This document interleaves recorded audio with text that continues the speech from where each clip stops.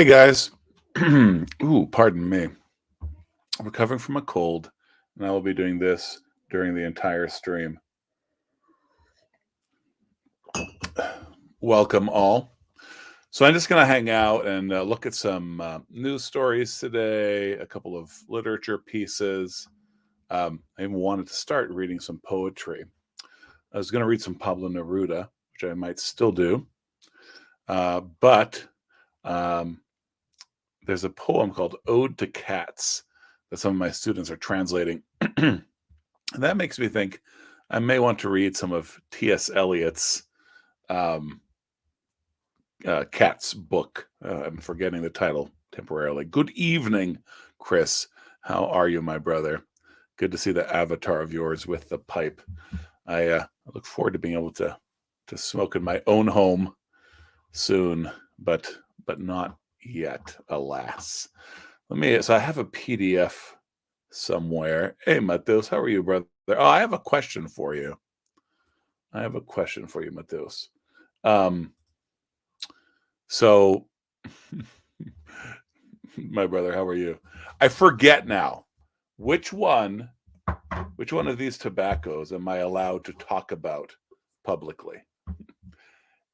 This one, right? This one is good to go. So I'm not sure. I don't remember. So I want to do a review of these on the Brazilian channel, but I forgot which one is okay to do.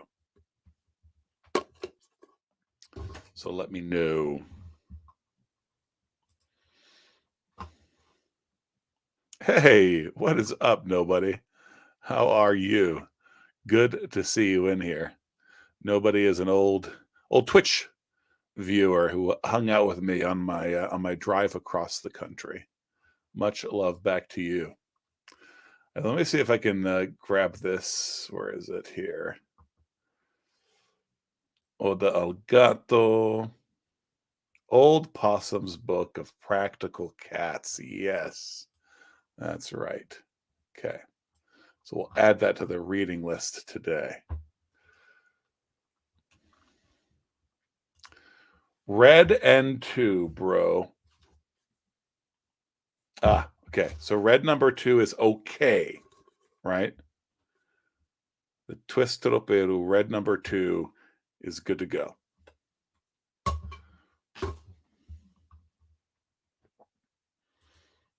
Good evening, 30 day. It's good to see it's nice to be able to stream seamlessly to both Twitch and YouTube, and it's good to see the YouTube folks participating in a live. So this is some of the art from Old Possum's Book of Practical Cats. I mean, it's not supposed to look so skeezy.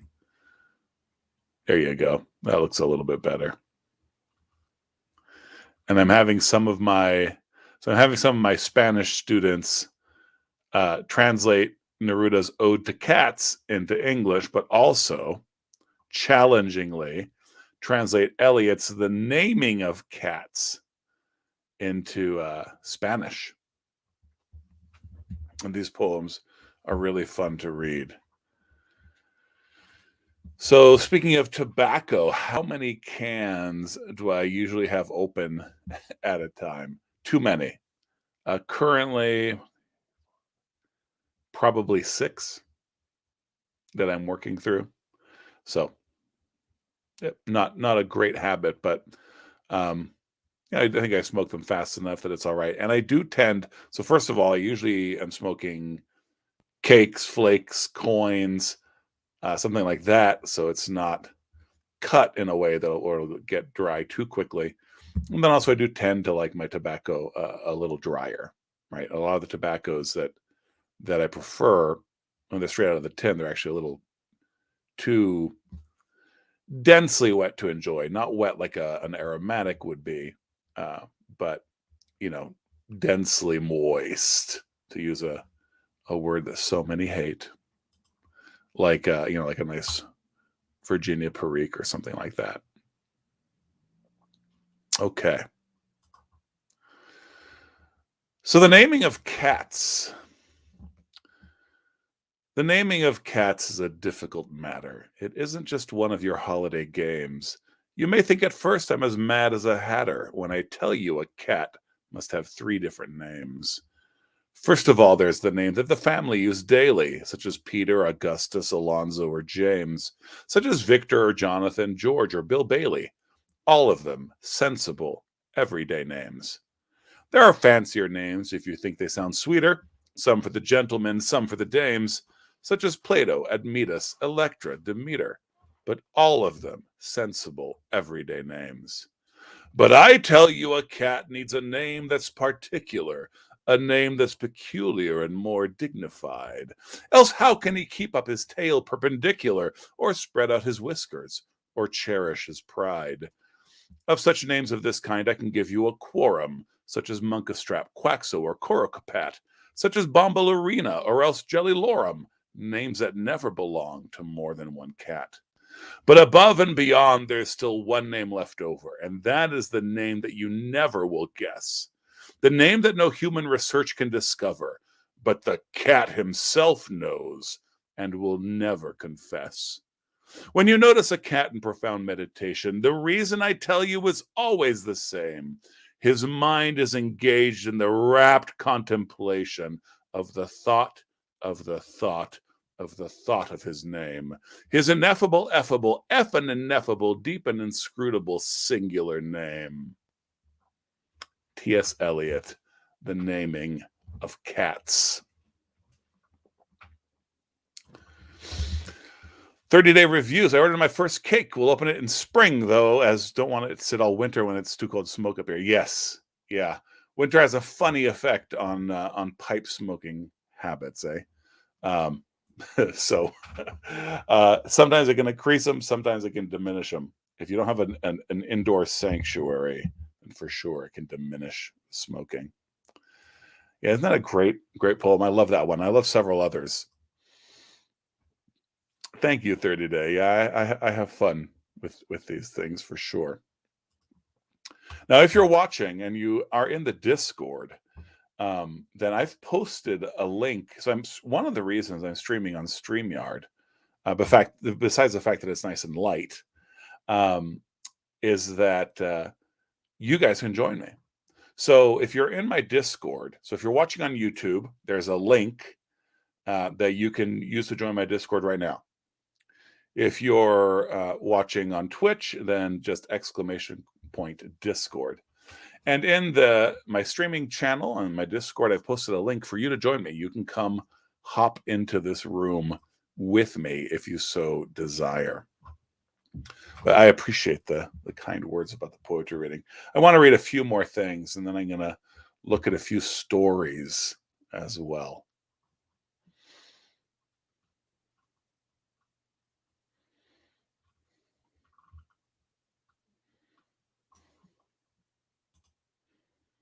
So the pictures in these are a lot of fun. That cat is definitely engaged in rapt contemplation. Oh, wrong button. There we go.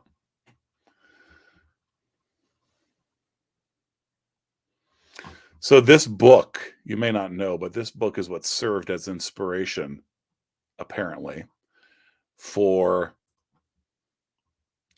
the musical Cats. Now, I think it's an absolute travesty that anyone would connect the two. But Mephistopheles and some of the other cat names are held in common, we'll say. My cat's name is Charlie, but that would be the name used every day, right? The name that the family prefers. However, the name most used here, I think, is jackass, butthead, or moron, because many times that's what he prefers, it seems. Yeah, okay. So your cat is a contrarian. What is up, my brother? How are you? Good to have you in the stream. All right, so I'm going to find another one of my favorite poems from this book and enjoy reading that to you guys. Macavity. This one is absolutely pure gold. Macavity the mystery cat.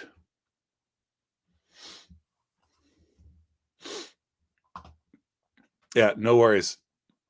We'll pretend you're on your phone, and we'll blame it on the tiny keyboard. The fact that you're actually on your computer will keep a secret. Macavity the mystery cat.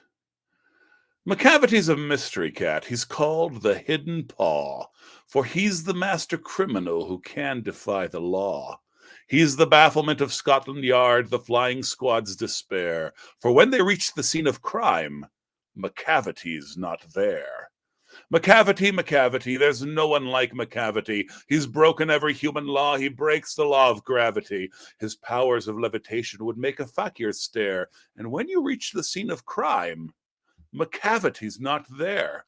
You may seek him in the basement, you may look up in the air, but I tell you once and once again, Macavity's not there. Macavity's a ginger cat. He's very tall and thin. You would know him if you saw him, for his eyes are sunken in. His brow is deeply lined with thought. His head is highly domed. His coat is dusty from neglect. His whiskers are uncombed. He sways his head from side to side with movements like a snake. And when you think he's half asleep, he's always wide awake. Macavity, Macavity, there's no one like Macavity, for he's a fiend in feline shape, a monster of depravity. You may meet him in a by-street, you may see him in the square, but when a crime's discovered, then Macavity's not there. He's outwardly respectable. They say he cheats at cards, and his footprints are not found in any file of Scotland Yards. And when the larder's looted, or the jewel case is rifled, or when the milk is missing, or another peak's been stifled, or the greenhouse glass is broken and the trellis past repair, aye, there's the wonder of the thing, Macavity's not there. And when the Foreign Office find a treaty's gone astray, or the Admiralty lose some plans and drawings by the way, there may be a scrap of paper in the hall or on the stair, but it's useless to investigate. Macavity's not there. And when the loss has been disclosed, the Secret Service say it must have been Macavity, but he's a mile away. You'll be sure to find him resting, or licking of his thumbs, or engaged in doing complicated long division sums. Macavity, Macavity, there's no one like Macavity. There never was a cat of such deceitfulness and suavity. He always has an alibi and one or two to spare. At whatever time the deed took place, Macavity wasn't there. And they say that all the cats whose wicked deeds are widely known, I might mention Mungo Jerry, I might mention Griddlebone, are nothing more than agents for the cat who all the time just controls their operations, the Napoleon of crime. Macavity. Macavity, the mystery cat. It certainly isn't Frost or Browning. Nope. But it is an equivalent, if not greater genius. Let the controversy begin. It's T.S. Eliot. Yeah, he's my guy. He becomes my guy because he became a Christian. And the stuff he wrote, not only on his way, but after he became a Christian, marvelous. So both of those poems are by T.S. Eliot. The second one was called Macavity the Mystery Cat. The first one was The Naming of Cats. And both are from Old Possum's Book of Practical Cats, T.S. Eliot. Old Possum's Book of Practical Cats. This is a book, I read a lot of these poems to my kids, and they have fond memories of these guys.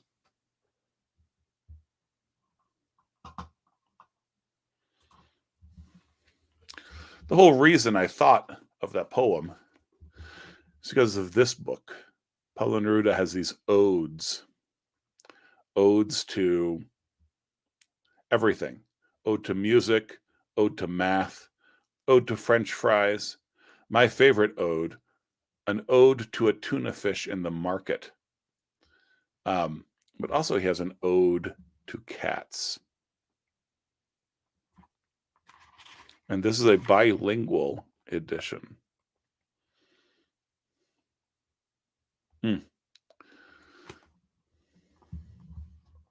So, Oda a un gran atún en el mercado. Ode to a large tuna in the market.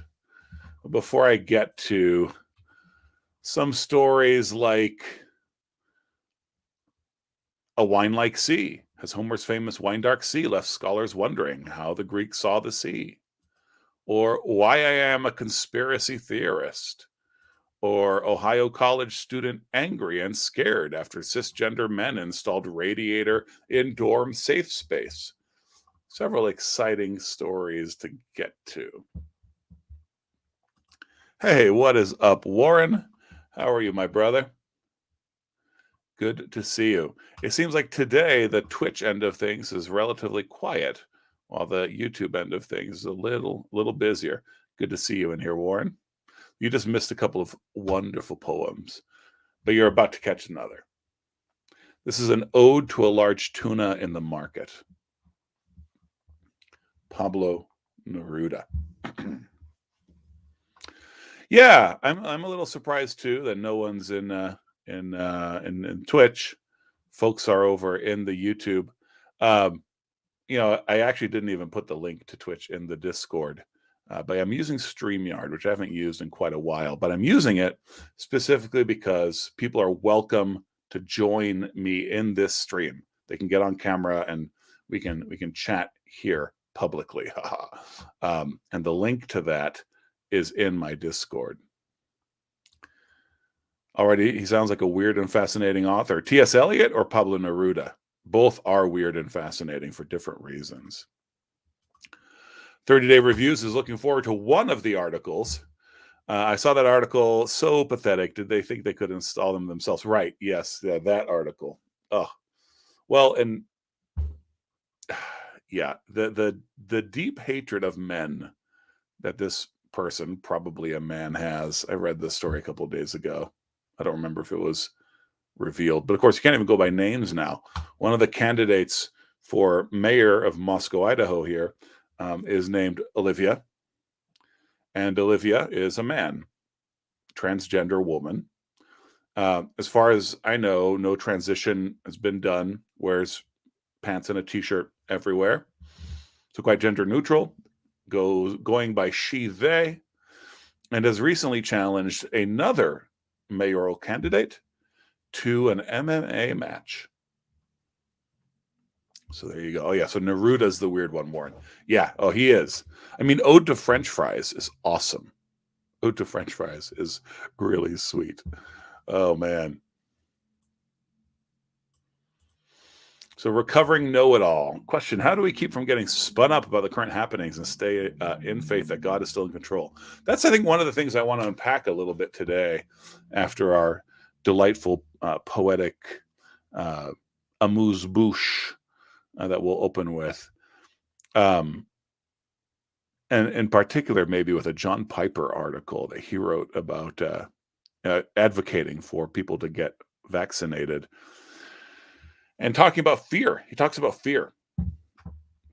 And but in a way where it just assumes that people are acting out of fear because they disagree with him.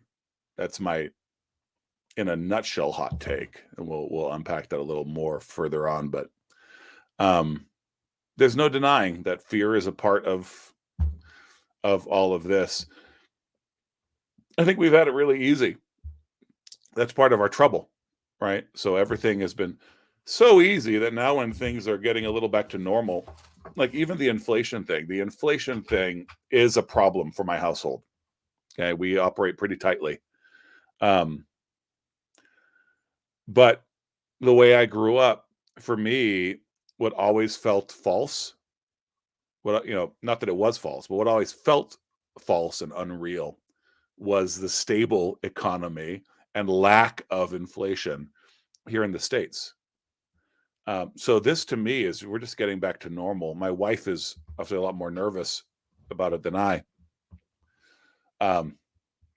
So, it's from that perspective that we have to be able to be optimistic, eschatologically optimistic, um, and realize it's actually not as bad as we might think. But even in times when things get really bad, we want to know. Okay, well, here's why. Why we trust in God and believe that He's still in control. So we can unpack that a little further, but I think a lot of it's just perspective.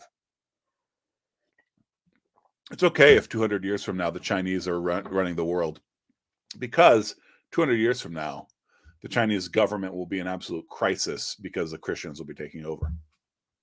We just have to trust that it's okay if it doesn't look like us. God's in charge.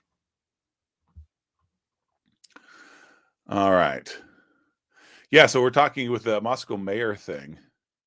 The person who's running is not really, there are like 8 candidates, something like that, and only a couple of them are serious candidates. This one is not, so it's just more stunting. Yeah, transgender person, so a biological male. Warren is already busting in with stuff about that article. We'll look at it soon. Regarding inflation, 30-day review. Same here. $12 for 2 pork steaks and $7 for 4 chicken legs. It's going to be cheaper to be a vegetarian soon, it seems. Yeah, no, it's rough. We're still feeding teenagers over here. I don't know, what it's like in your house 30-day, but yeah, it's intense for sure. It's affecting our budget. It's affecting everyone's budget, and the press and the government are ignoring it, or doing things like talking about food inflation or transportation inflation as if it weren't just inflation. I was explaining to my 8-year-old about inflation this week, or actually it was my 13-year-old.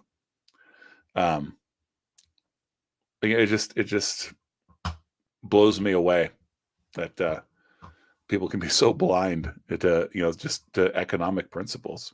So yeah, you're just feeding 2 adult-sized guys. Okay. So, well, you'll be fine, I guess. All right, let's oh yes, I was going to read this poem. Backcountry, what is up? Oops. Backcountry. Hey, that's great. Okay, so you're traveling. Is it for work, or are you yeah, I assume if you're in Toronto it's for work. I don't know why you'd leave beautiful Nova Scotia for Toronto on vacation, but regardless, I'm glad I can hang out with you a bit as you're in Toronto. Backcountry pipe is from back in the day. We used to make video responses to each other and whatnot when that was still a thing on YouTube. But Saki says that just because taxes go up, prices shouldn't go up, right? Can't believe these corporations are trying to kill us, right? The government needs $40 million to have free child care. I'm not sure exactly what that means, but it sounds like I want to agree with you. I'm not sure what that 40 million number means. Are you talking about government employees with having their free childcare? Man, government employees, that's a whole other thing. The way the government work system is ballooning, this is just part of the many steps we are taking towards third worldism. Government jobs as being highly valued, the whole education system geared towards creating tests to qualify for government jobs that you can't get fired from. It's an absolute mess. Yes, Saki is an absolute riot to watch. Yeah, talking about the stuff just for government employees. Yeah, dude. Yeah, it's wild. Hey, let's read about a tuna fish, huh? Let's read about a tuna fish in the market before we get into some serious stuff. Maybe because we're looking at so much serious stuff, and already the conversation is so earnest. Perhaps we should read not only Ode to a Large Tuna in the Market, let's also read Ode to French Fries. Here we go. Tuna fish. Ode to a Large Tuna in the Market. Translated from the Spanish by Margaret Sayers Pedden. Among the market greens, a bullet from the ocean depths, a swimming projectile, I saw you, dead. All around you were lettuces, sea foam of the earth, carrots, grapes, but of the ocean truth, of the unknown, of the unfathomable shadow, the depths of the sea, the abyss, Only you had survived, a pitch-black, varnished witness to deepest night. Only you, well-aimed dark bullet from the abyss, mangled at one tip, but constantly reborn, at anchor in the current, winged fins windmilling in the swift flight of the marine shadow. A morning arrow, dart of the sea, olive, oily fish. I saw you dead, a deceased king of my own ocean, green assault, silver submarine fur, seed of seaquakes, now only dead remains. Yet in all the market, yours was the only purposeful form. Amid the bewildering rout of nature, amid the fragile greens, you were a solitary ship, armed among the vegetables, thin and prow, black and oiled, as if you were still the vessel of the wind, the one and only pure ocean machine, unflawed, navigating the waters of death. My favorite phrase from that poem, if blogging were still a thing, I would consider calling my blog Armed Among the Vegetables. How good a line is that? Yes, yeah, we'll hit some happier notes for a little bit. Please read about tunas.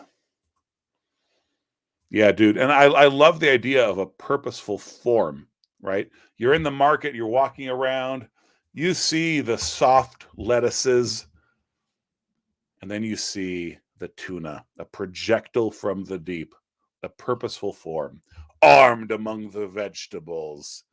Thank you, Backcountry. I appreciate you. Yeah, oh man. Yeah, I think it's a good blog name. I've always hung on to that one. The other line I've always hung on to as being a great name for something is a line from Chesterton's Orthodoxy in the first chapter. He's talking about the wonder of the world and how we don't see the world as a magical place. Like the world is a kind of place where green hair grows on hills. I'll let you digest that for a sec. But so at one point he talks about how we don't realize that Iceland is impossible. Right? Just Iceland is impossible. This volcanic island, people live there. It's in the middle of the frigid nowhere. Iceland is impossible. I think that's a great name for something.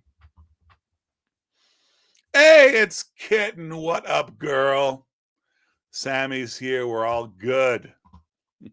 We've been waiting on you. Oh, man.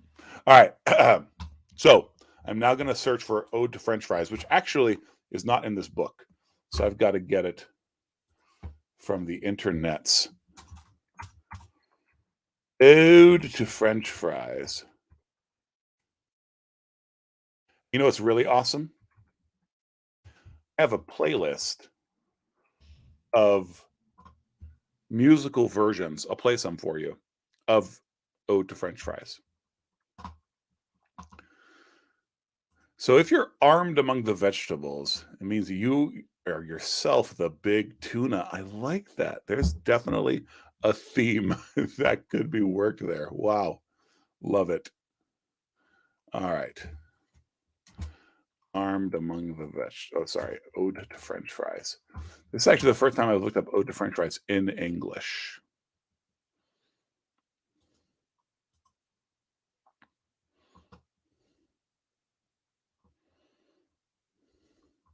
Here we go.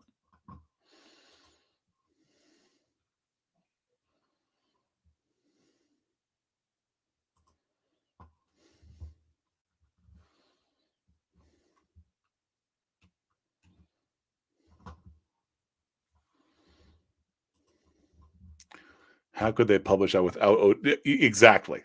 No, Ode to French Fries is pure, raw genius. Oh, for sure.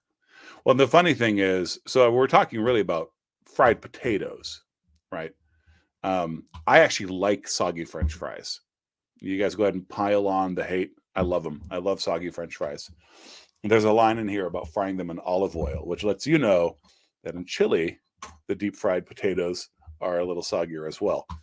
Because it's not, olive oil is one of those low smoke point oils. Yeah, saw that coming. It's a controversial view.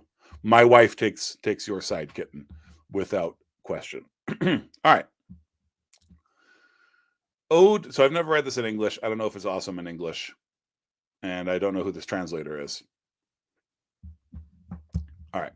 Ode to French Fries by Pablo Neruda. What sizzles in boiling oil is the world's pleasure. French fries go into the pan like the morning swan's snowy feathers and emerge half golden from the olive's crackling amber. Garlic lends them its earthy aroma, its spice, its pollen that braved the reefs.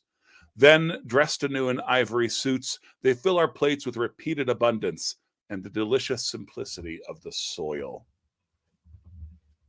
Okay, so,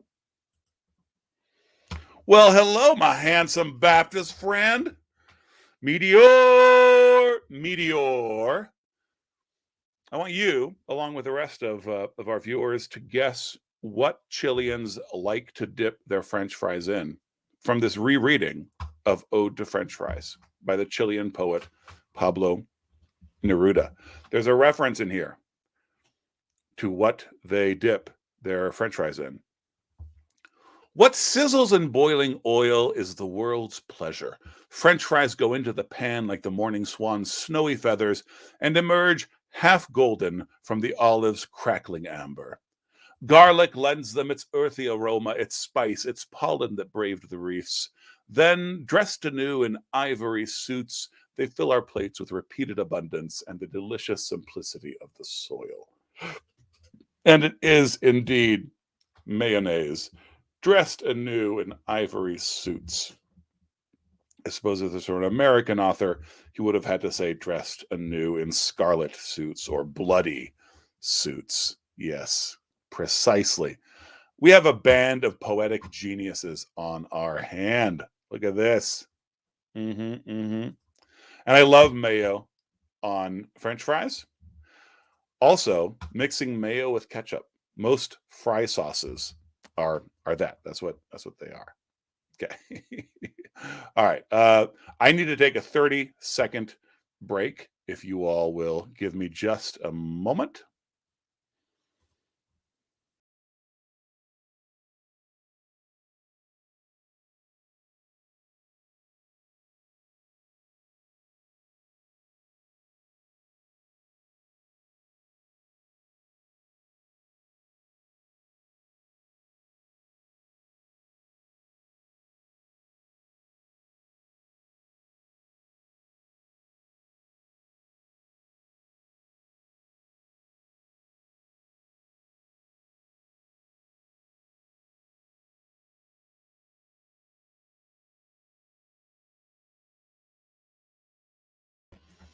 All right. So, Meteor, what you don't know is that we are going to be looking at a few articles and talking about them shortly. So we're starting off with something a little more lighthearted. Yeah, that's what I use when I'm just on Twitch using Streamlabs. I'm not as fancy and well developed here when I use StreamYard, but no moment for Joffrey. Okay, Meteor, we need some more details. Are you talking about mayonnaise with like horseradish, wasabi stuff? Yeah, Meteor totally cheated. He somehow knew and he just busted that out. But it's not cheating. That was the question. Ranch is better for French fries, or ranch is just better generally? That is a legitimately beautiful poem about French fries. Translator did a good job, I think. Yeah. So how would I translate the poem? Oda a las papas fritas. Because there's a really fun word in there,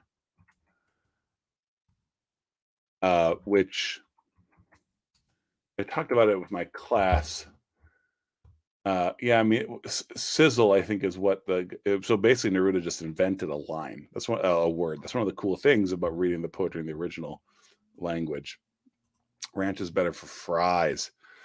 See, this is where the fight to the death must begin, because I don't dig on ranch. I really don't dig on ranch. Kewpie. I don't know what that means. All right. Oda a las papas fritas.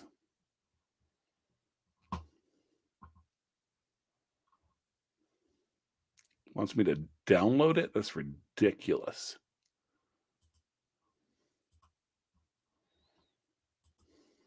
Oh, there it is. Okay.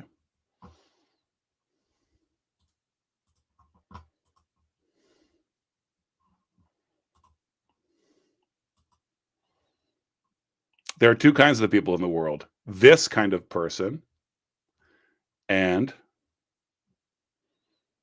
this kind of person.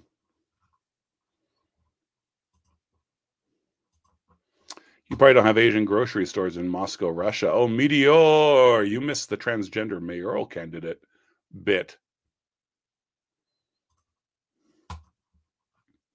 All right.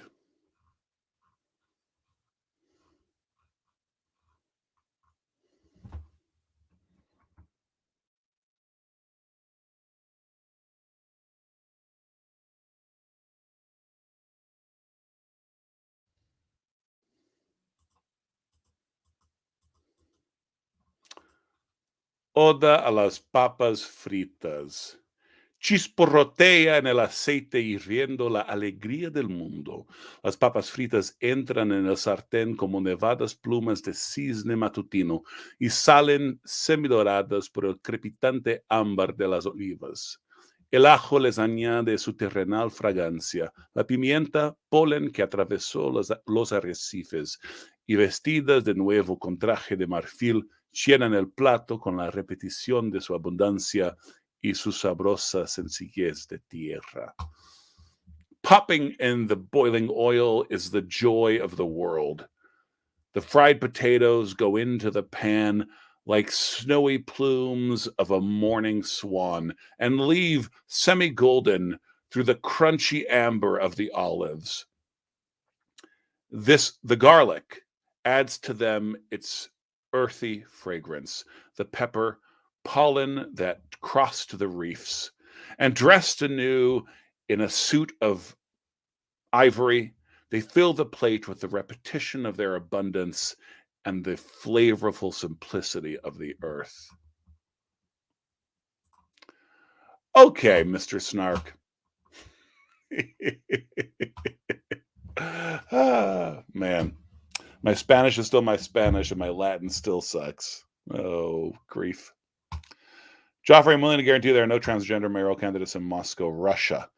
I am going to just side with you. I'm not going to take a bet against that. All right.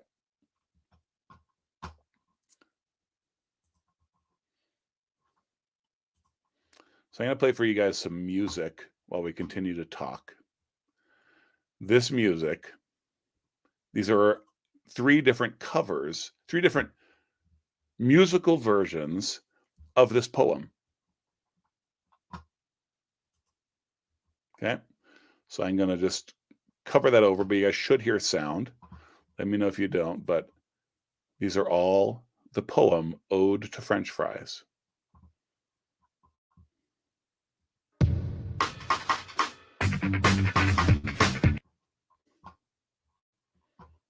Oh, it's not liking that.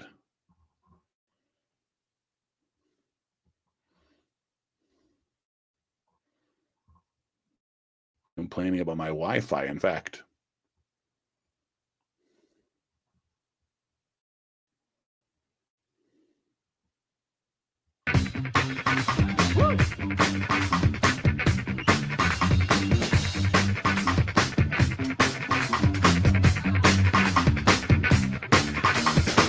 Chisporrotea en el aceite hirviendo la alegría del mundo.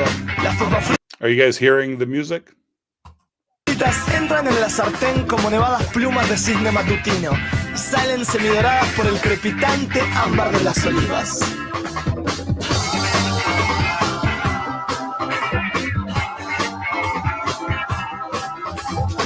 El ajo les añade su terrenal fragancia, la pimienta, polen que atravesó los arrecifes, y vestidas de nuevo con traje de marfil, llenan el plato con la repetición de su abundancia y su sabrosa sencillez de tierra. Okay. Quiero comer papas fritas con That's one of the versions. I've made it quieter, Warren. Hopefully it's good now.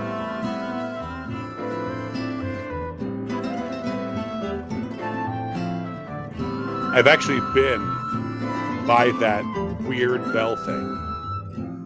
That's at Pablo Neruda's beach house, which I toured.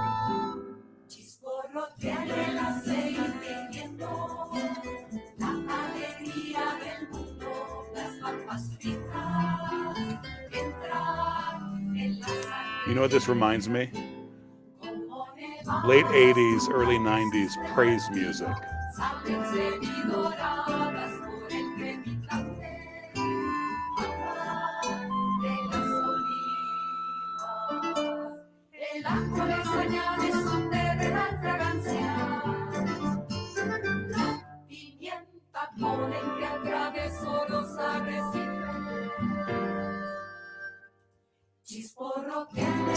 Was Neruda religious in some way? He was not. In fact, he was a semi-communist socialist. He went through phases. I believe he was straight up a Stalinist at one point. But he was an aesthete. He never lived like a socialist, like so many, even though he became a part of Allende's government and was heartbroken when it fell and Pinochet took over.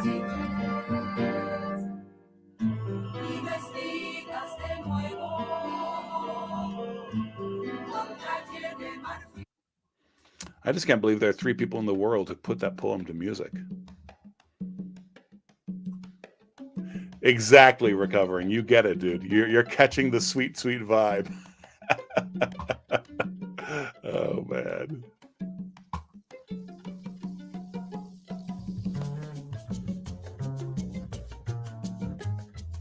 Now, this sort of music that I would picture accompanying a poem. Slightly pretentiously jazzy.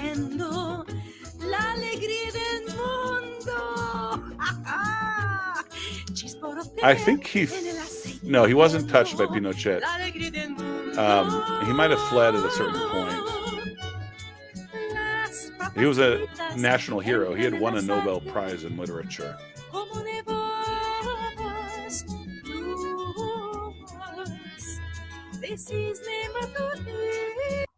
And to this day, I mean, Chile is the only country I've been in listening to the radio, regular radio station, and the DJs were talking about poetry. I mean, just crazy. It's a literary country. The book fairs there are amazing. I'm not saying everyone's like that, but it's far more literary of a place, and they take pride in their literary arts far more than Americans do. Don't worry, it's his 30-day. I'm sure he was trying to make it to be that unicorn of the socialism where everyone doesn't end up starving and being shot by the government. Right. That's, yeah. Oh, man. I mean, there's just a whole rant waiting in the wings about socialism and artists. But you know what it is? When there's no God, I mean, so artists are attuned to the beautiful, and that's how they see justice, right? Which is a legitimate way of approaching justice. But when there's no God, you need some standard of justice. And the best thing you can reach for is the state. Yeah, so I had the privilege of, when I was a teenager in high school, of traveling Chile from the north to the south. And it was absolutely amazing. What is up, Rafael? Bem-vindo. Hoje só em inglês, tá? Me desculpa aí. But yeah, really, really good to see you, and glad you could close out your evening with a little Joffrey the Giant. Yeah, yeah, that old cell phone keyboard is still getting you 30-day. Coming to a United States near you. Present at a United States near us already. Yeah, alas, alack. Ô, Rafael, você já tá no Discord?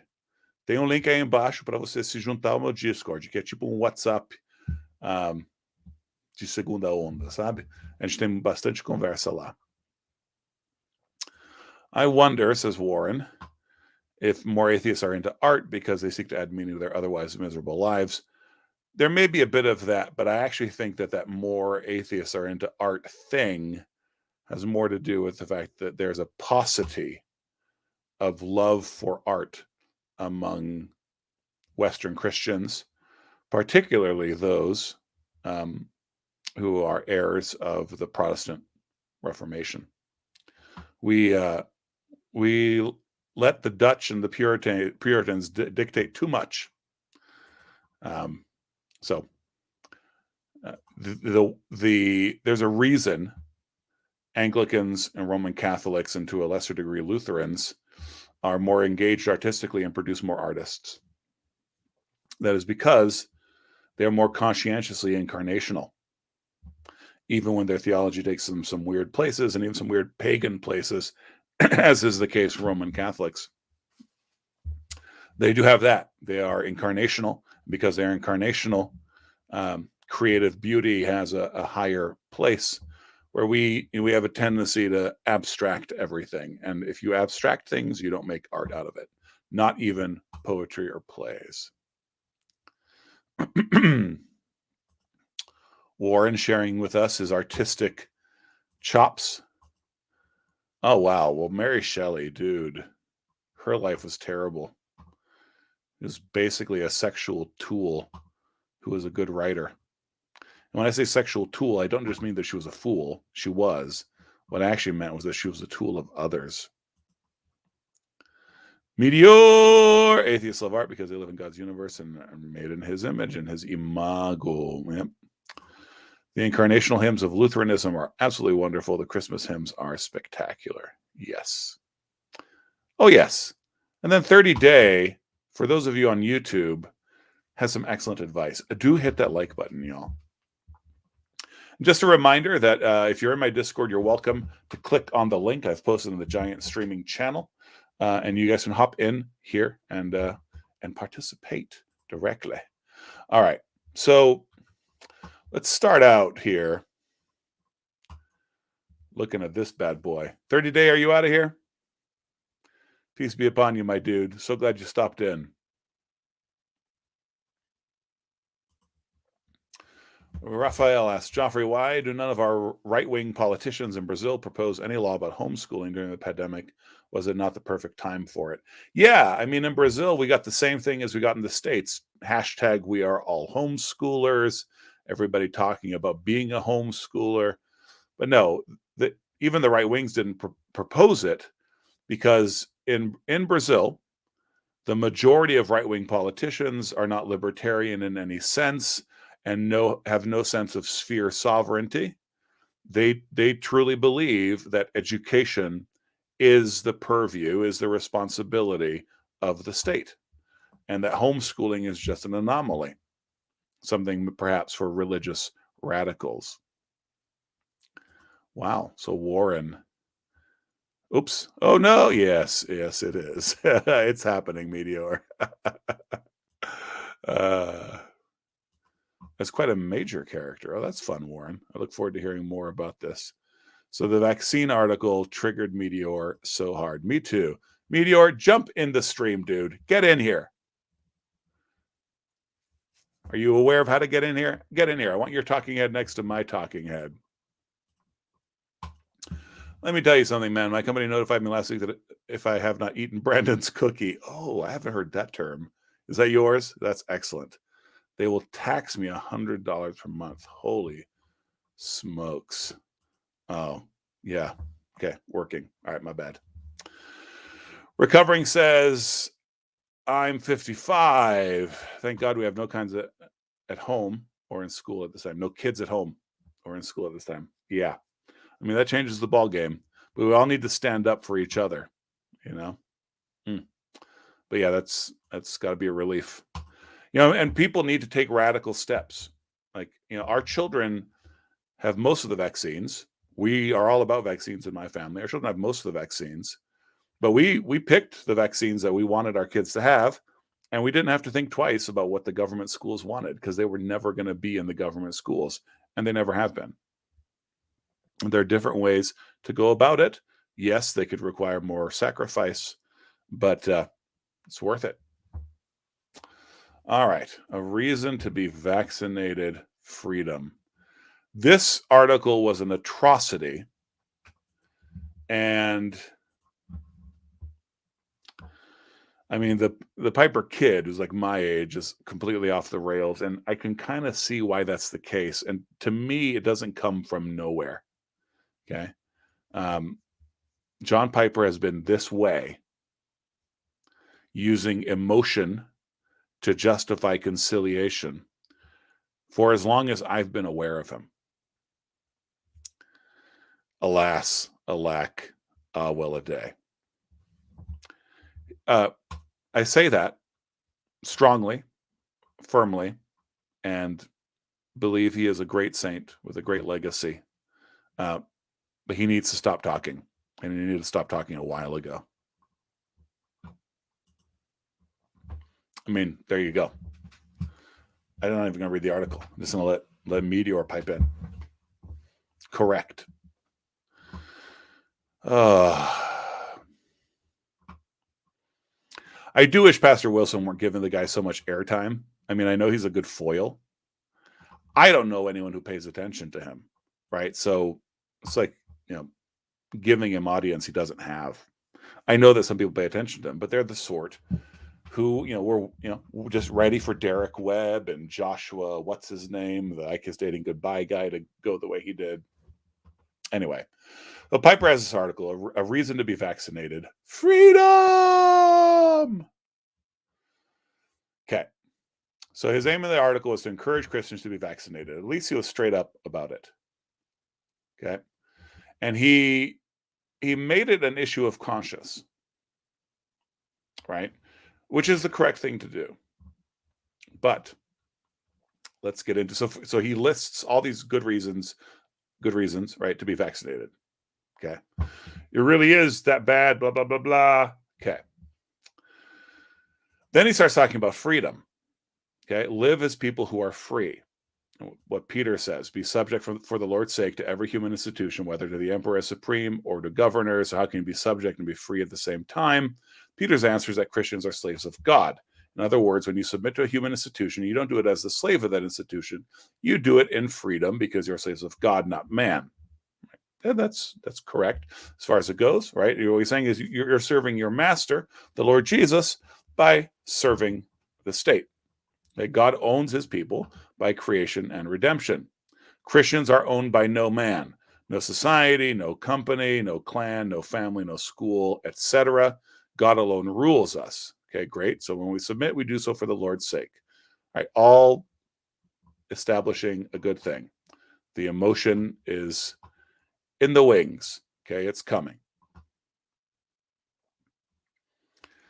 Yeah, I mean, Piper, I saw someone sum it up by saying Piper would best serve the church by retiring. Right. Like I say, so it's time for him to be quiet now.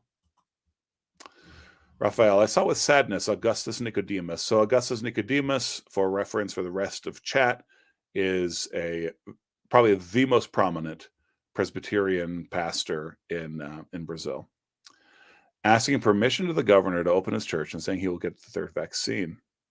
Our pastors are giving up the church. Thou hast said it, Raphael. That's exactly right. They are giving up the church. They are acknowledging that the state has the right to dictate worship and to dictate the life of the church. It is a tragedy. You indeed saw it with sadness. Okay.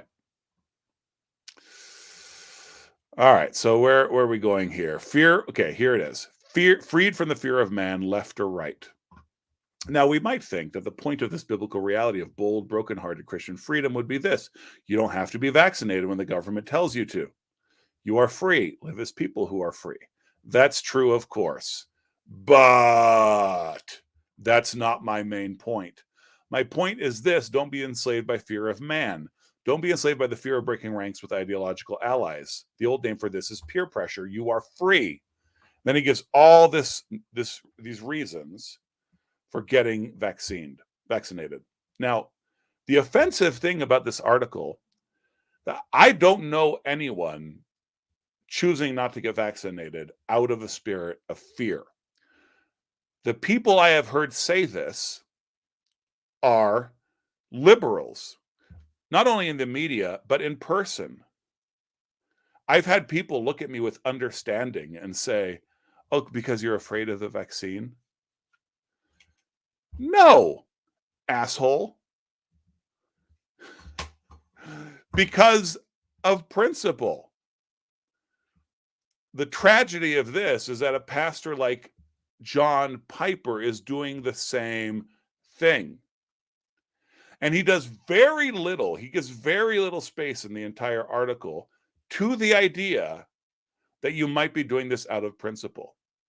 The bulk of the article is, don't be afraid of your theologically conservative peers. Don't be afraid of your right-wing peers. Break away from them in freedom. I'm not saying no one's motivated by fear of the vaccine itself in this, or by fear of people around them. I don't know any of them. And that's not where the bulk of this is coming from. It really is grievous. Okay. How does Romans 13 fit into this? Well, so yeah, that's a great question, and that's the question that's been bandied about, right, through all of this. And Romans 13 makes it clear that the government, the state, is the Lord's deacon, the Lord's minister, the Lord's servant in executing judgment and preserving justice. Now, if we look at Scripture as a whole, including St. Paul's behavior, then we have to put that in the context of Christ the Lord is King, throned on cherubim. We are his servants, is what Piper said. We are the servants of Christ. He is our Lord. And when there's a conflict, that's who we serve. And that's not, so what people try to do is they try to reduce everything to as nutty and shelly a nutshell as possible to create the least possible conflict. But the truth is, when the state required that Christians stop worshiping in Rome, they went underground. When the state required that Paul shut up, he spoke up.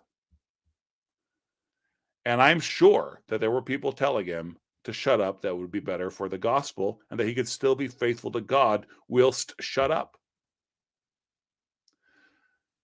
Those sorts of thinking, those sorts of thoughts, that sort of thinking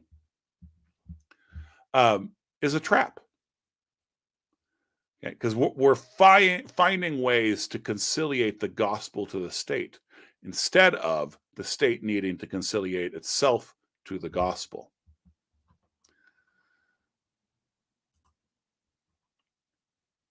He's a woke moderate shill for Resident Joe's cookies. Alas, that's what he's become.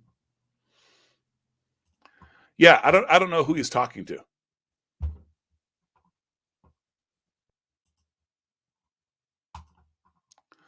So I don't think Piper is ignorant of it, but I think Piper has always been all about emotion, always. And I honestly am convinced. I've been convinced since the 90s. I read the hedonism book, the Christian hedonism book. I forget what it's called now, and enjoyed it. I am a bit of a sensualist myself, but he has always been one to think that large things, important things happen because of emotion, because of feeling. And so you can't reconcile that to principle. So of course he's going to think that people are doing this out of a strong emotion. And it's much easier to picture this happening out of fear than out of love for something. Yeah, that's right. It was Desiring God. Yeah, Desiring God Ministries. I mean, he must. He must. Otherwise, he's being disingenuous on purpose. And I don't want to entertain that thought. Yeah. But, man, it's a super, super bummer.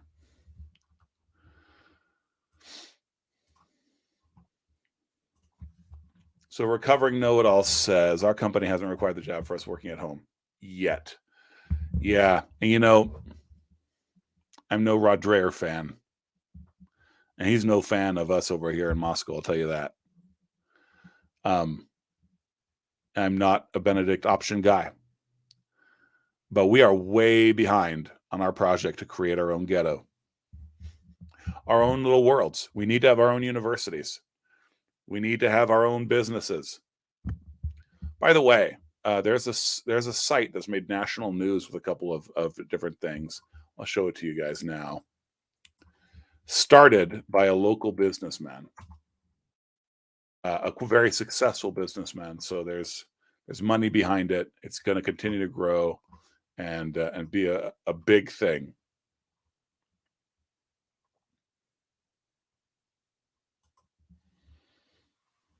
Red Balloon.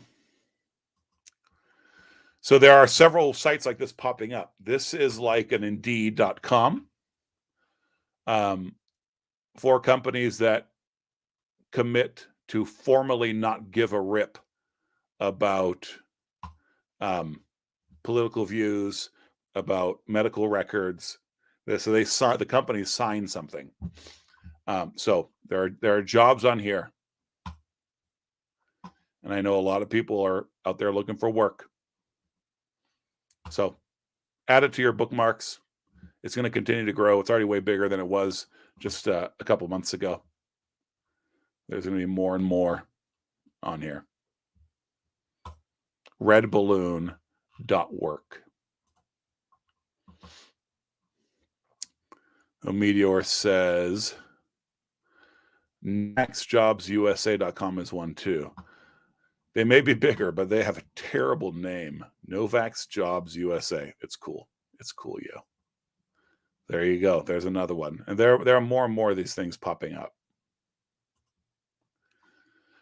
Raphael, yesterday I finished Jim Jordan's book, Rebellion, Tyranny, and Dominion. He has a great appendix on how to deceive tyrant government. I think Piper needs to read that. Yeah.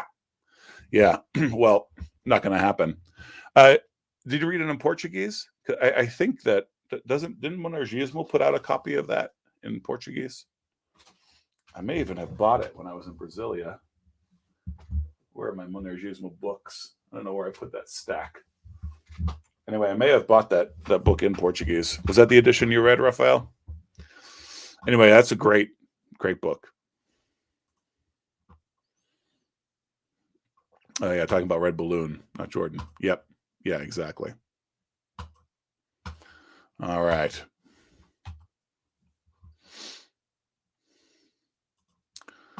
So I wanted to follow that up with this thing I read in First Things.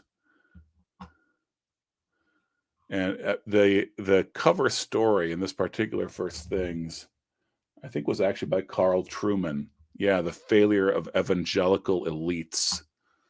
But this story is by Hans Boersma.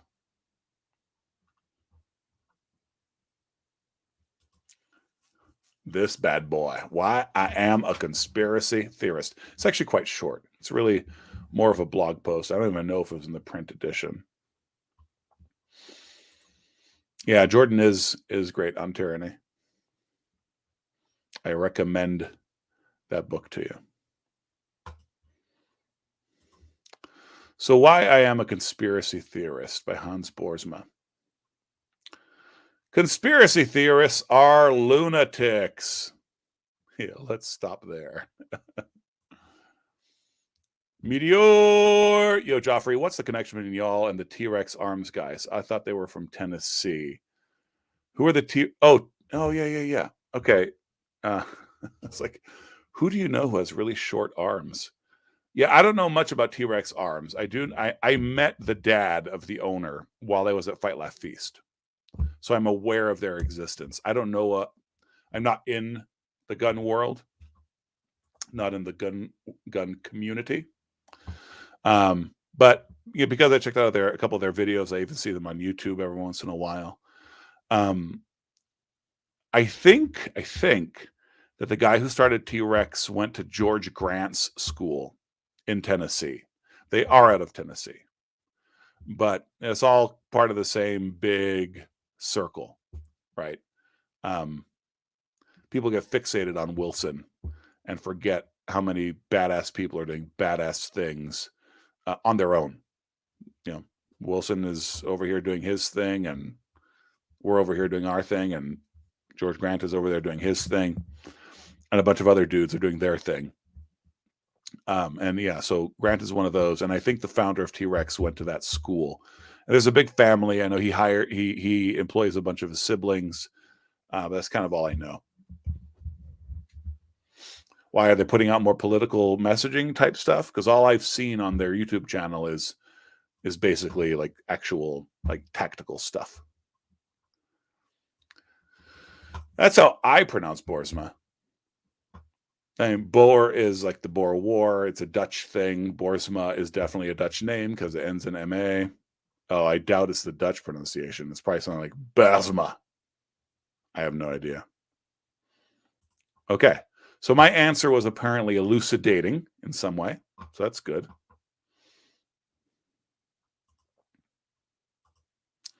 Okay, so if those are the dudes at T-Rex, yeah, I met his dad and we chatted for a little bit. Yeah. Yeah, exactly right. Many people are not recovering. It's okay. Yeah, it does mean farmer. Boersma probably means farmer as a last name. I don't know. Okay. Conspiracy theorists are lunatics. Such is the consensus among most people I meet. And yet, whenever the topic of conspiracy theories come up, I think of Psalm 22. Why do the nations conspire and the peoples plot a vain thing? Or, as the scripture actually says, the peoples plot in vain. The kings of the earth set themselves, and the rulers take counsel together against the Lord and his anointed, saying, let us burst their bonds asunder and cast their cords from us. David claims that the nations conspire. Early church was convinced that Jesus' death was a result of a Psalm 2 type of conspiracy set up by the rulers and elders and scribes. And there's no doubt of it. If you take scripture, that is. The early church was convinced of it, and so am I. The past few years have placed the positive use of the term conspiracy under a cloud. In some ways, this is understandable. And I'm going to say this, and I agree with it. And if you don't, feel free to flame up the comment section. Conspiracy theories that claim, for example, that the September 11th attacks were the result of controlled demolition, or that Neil Armstrong never set foot on the moon, are worthy of nothing but disdain.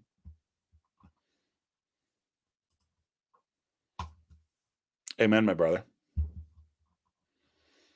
Tell me more, Recovering, about who you are and from whither you hail, now that you mentioned the very intriguing fact that you're not really a Wilson fan. I'd love to know a little bit more about you. Still, conspiracy theories do not preclude actual conspiracies.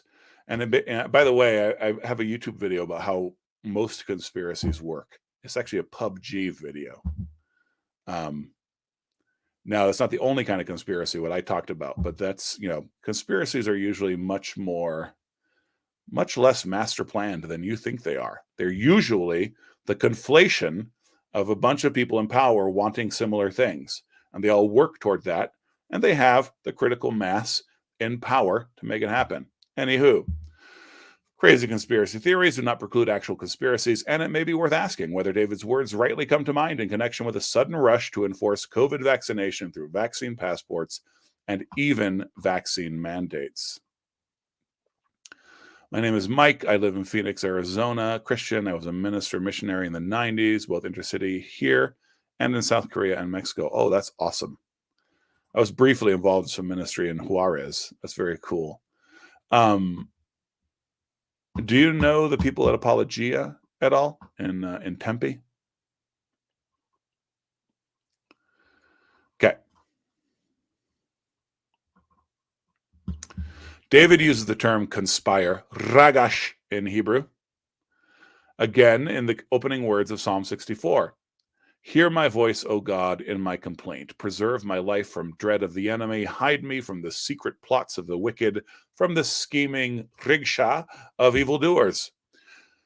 David appears convinced that a lot of folks fail to act with good intentions. I mean, just that, you start talking about conspiracy. It's the tight conspiracies that have an answer for everything that are the crazy ones. Read Chesterton chapter 1, the book of Chesterton chapter 1. No, Chesterton in Orthodoxy talks about this, about the closed loop that the madman has for his reality, where every action has an explanation. The Greek translation uses the verb philasso. It invites comparisons between conspiring nations and proud horses. Just as the latter neigh, whinny, and prance, so the former are unruly, wanton, and arrogant. Those apologia people are weird. Just for some context, recovering, Meteor is one of those apologia people. Recovering says, I know of them, but we fellowship in different circles. Perfect. The church we meet with is kind of a brethren meeting house. Oh, wow. So hold on. Are you a pacifist, or do you mean it's a similar sort of congregational, casual sort of thing? Along with the verb conspire, the psalmist suspects the elites of plotting and of taking counsel. The book of Proverbs takes up the first of these two verbs, insisting that the minds of evil men devise, haga, violence, while their lips talk of mischief. It is David again who uses the second verb when he complains to God about his enemies. They scheme, yasad, together against me as they plot to take my life.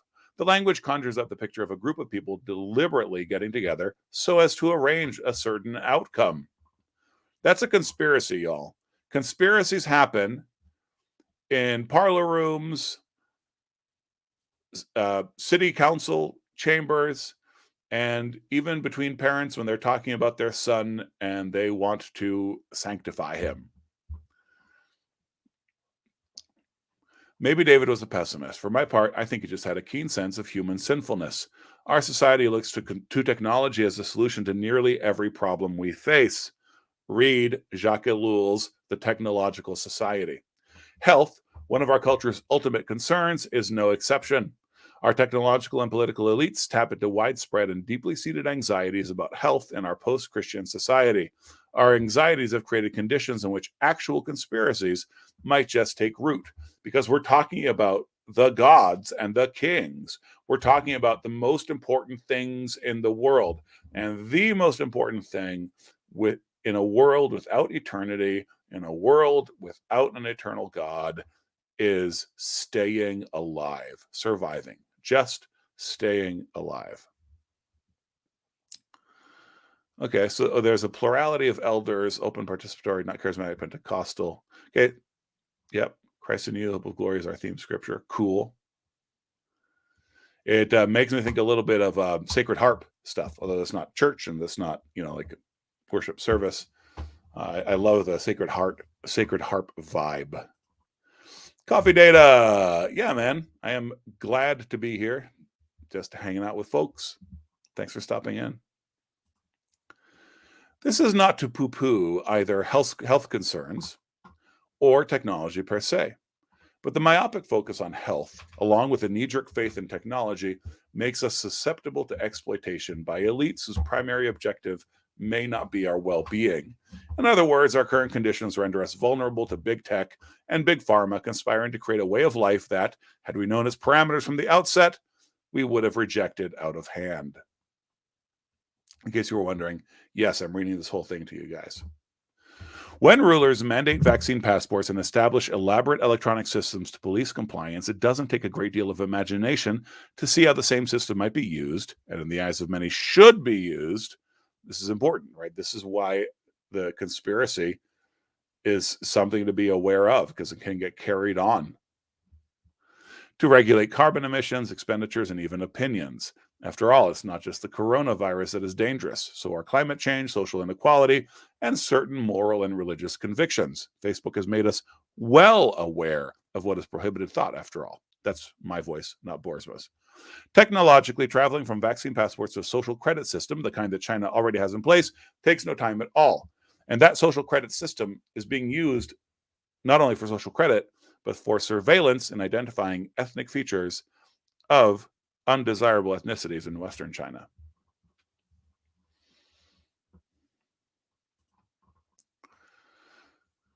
Slippery slope arguments are often fallacious because he recognizes he's making something of one.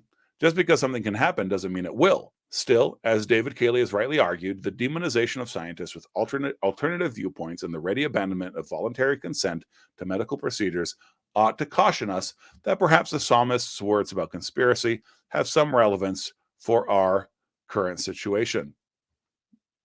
Of course, my slippery slope argument is grounded in the prior conviction that there is something malignant already in the first step. And this is one of the reasons we fight these things out of principle, which Piper doesn't see. All right? Piper just sees the first step. And it's not just a slippery slope fallacy to be aware that if you get on the back foot, the offensive player is going to have the advantage on you. To be aware that as you're defending this guy in the post, if he gets you on his hip, you're dead. He still has 2 or 3 steps to go through, but he's going to score, and he wants to score. We know these guys want to do certain things. We can't let them get us on their hip. We need to stay in front of them. It's tactical, y'all. Tactical.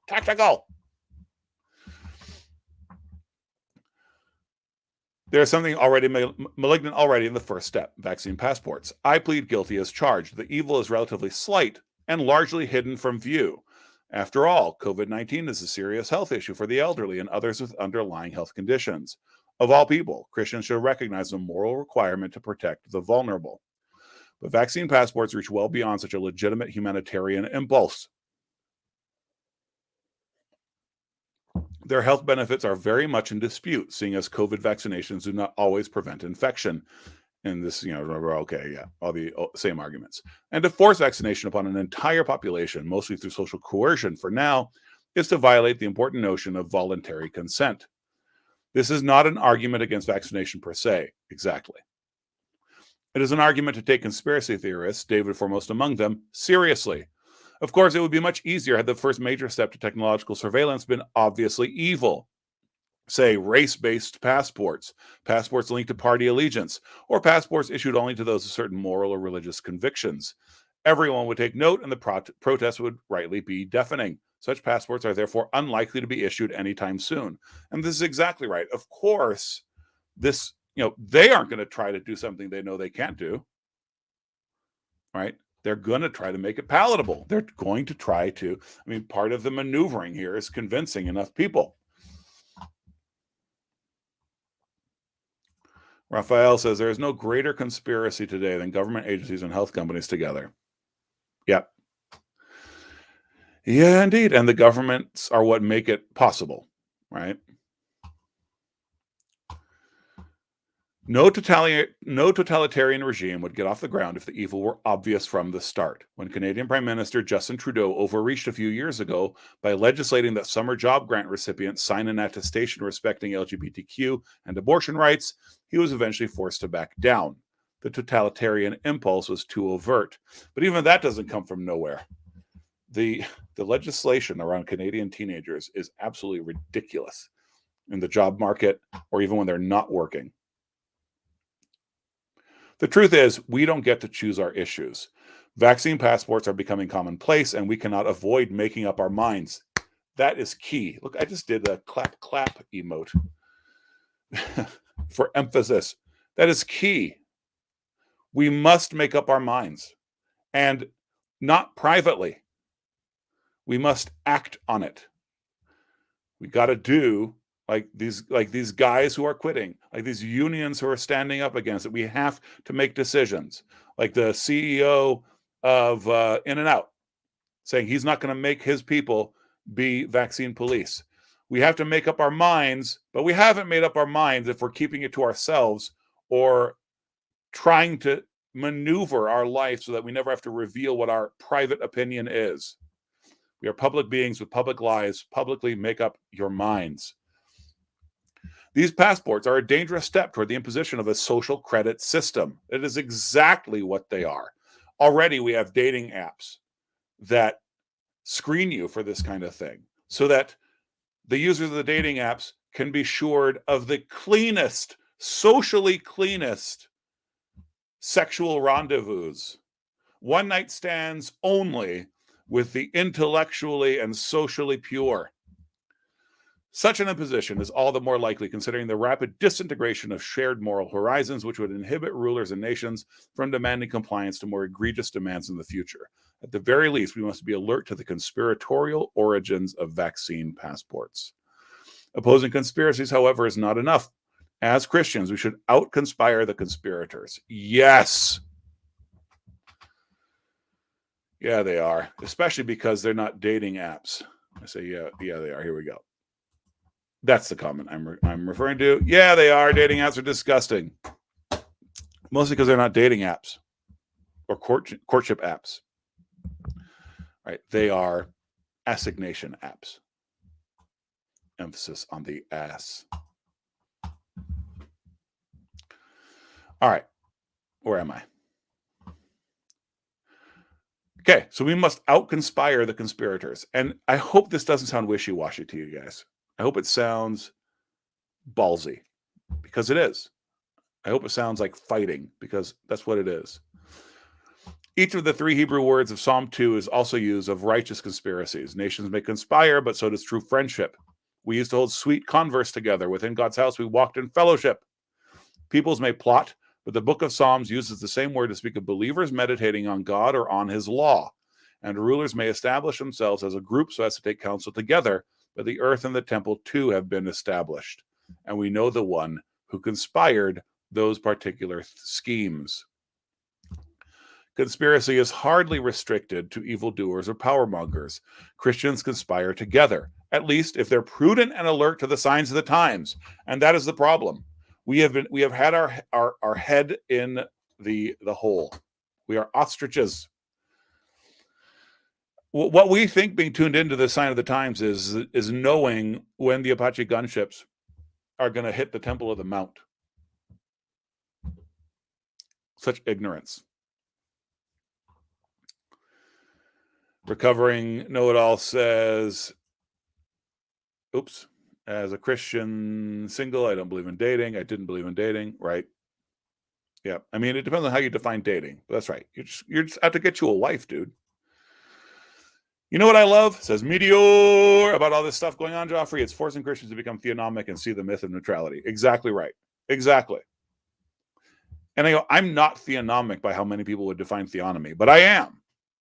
And have been for as long as I've been an adult, one who believes that Jesus is king and that the kings of the earth must bow to him, and that is not some Gnostic idea that has implications here and now.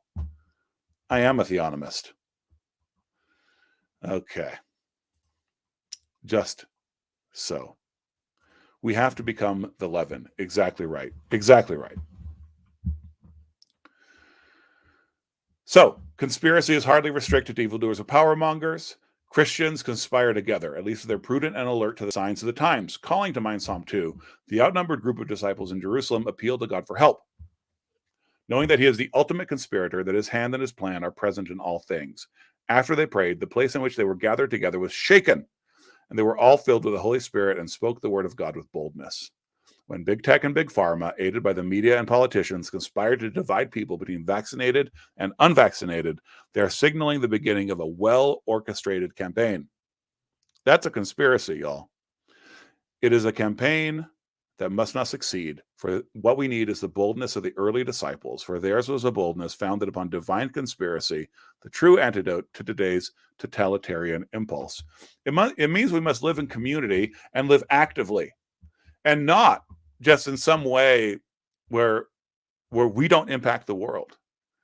Living in community in these times means resisting the overreach of the government, means not buying into these social credit systems, means undermining these social credit systems, which will be used to oppress peoples. Okay. Man, that was a timely article for me. And this actually hits on, someone asked at the beginning of the stream, maybe it was recovering, about being optimistic right? About being optimistic and trusting that God is still in control. Um, and really, I think we can. It's easier to trust that God is in control when we understand the battle plan in our little sector. When we know what we're to be about, right? You're playing a basketball game. You're down by 20 with 8 minutes left, but you know what to do. Okay. And of course, with God, there is not the uncertainty of a basketball game. But you can picture, right? When you know what to do, then you have reason to be optimistic. You have reason to hope, right? God has put this thing into our hands to go about becoming the leaven, right? To go about proclaiming the gospel and changing the world in the name of Jesus. Let's get about it, right? We know what to do. It's actually, in some senses, it's easier now, right? Because we know what to do. Brothers and sisters who would normally not have much to do with each other have this thing bringing them together because they see that oppression is just around the corner. Okay. Man, that article made me rant. It did.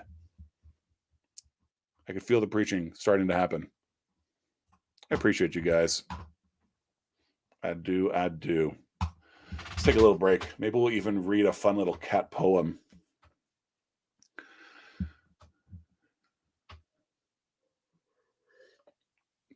Or play some GeoGuessr. Probably a little too early to be playing a video game. Man, sure is. It sure is.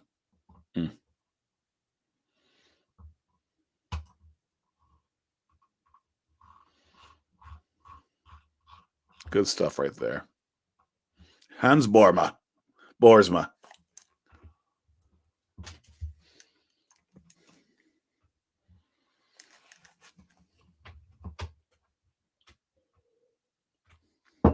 Because you guys are wondering what I'm doing with the camera off. Secret things. I'm doing secret things right now.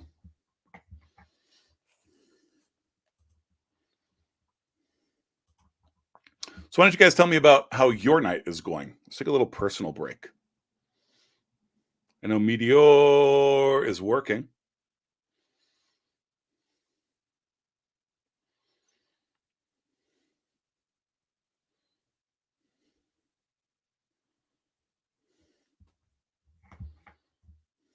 Smooth so far, says Meteor. Just working.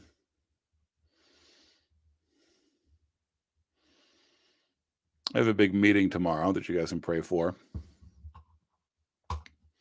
in the morning. Eating popcorn, watching TV with my mother. So hold on. Am I on the TV and your mother's watching me? Or what I suspect is actually happening is that your mother is watching TV, you have your cell phone on, and you're next to her eating popcorn, which is also sweet. Recovering and has finished a small scotch. Mea culpa. Soon to bed for a 5 a.m. wake up. Yeah, you need to get to bed for sure. Yeah, I'm not going to say. It's just a project I'm working on. I'll leave it at that. Thanks for asking, though.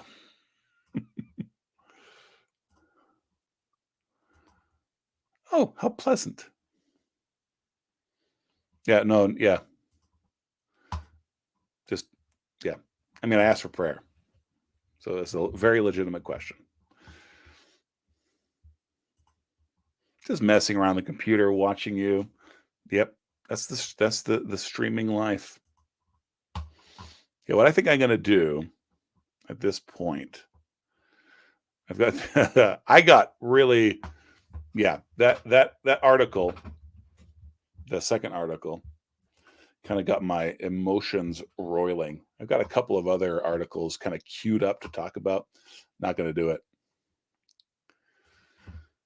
Had a great pipe time doing a test and now watching The Giant. Okay, nice. Okay. So you were smoking and doing your test at the same time? What did you smoke? I'd be curious to know what tobacco that was. So according to Mateus, so one of the tobaccos that Mateus Dores Bach from Cachimbaria gave me was not to be publicly reviewed, but this one is. So I'm going to smoke this soon. Tropeiro Twist, Red Virginia, red number 2.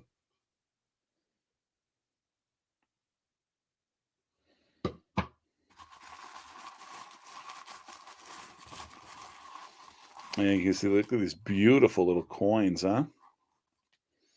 This is a tobacco from the state of São Paulo. Oh, it smells amazing. It smells like fruitcake, like a Christmas fruitcake.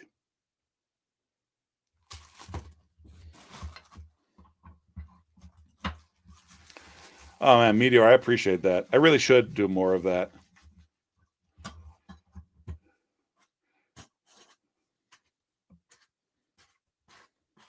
You know who's another really good guy? I don't know if you follow him on Twitch, but another really good guy is, let's see if I don't even if I remember how to shout outs. I don't.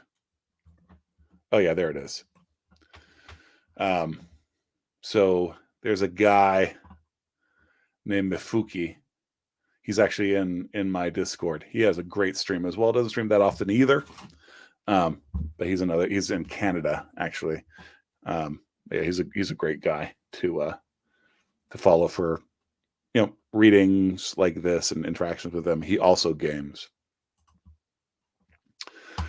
Rafael, I smoked Tropeiro Twist and the plug. Oh, there's a plug. That's cool. Nice. I'm excited about this. It smells amazing. I haven't smoked it yet. I think he is, Meteor. Yeah, he has a slightly broader audience, I guess I would say. Not bigger, just more diffuse theologically. But yeah, he reads all those guys and is sympathetic with all those guys. So I would say, yeah, I think so. And I see your smiley face, and I believe I see all the meanings of the smiley face.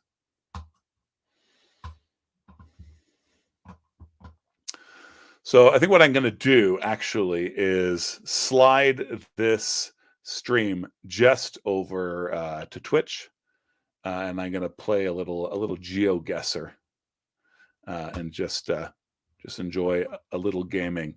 So those of you guys who are on YouTube, peace be upon you. I'll get GeoGuessr up and running shortly, and I'll be down for like 30 seconds before I crank out. I'll be back on Twitch with just the gaming, y'all. Sound good? Thanks for hanging out. Yeah, that's great. Jacob, thank you. Thanks for stopping in. Peace out. Recovering, sleep tight, wake up well, wake up full of vigor. God bless you all. The peace of Christ be upon you. And I'll see the rest of you guys in just a few seconds, just on Twitch. Warren. Okay, we're going to bring that comment back. See you guys there.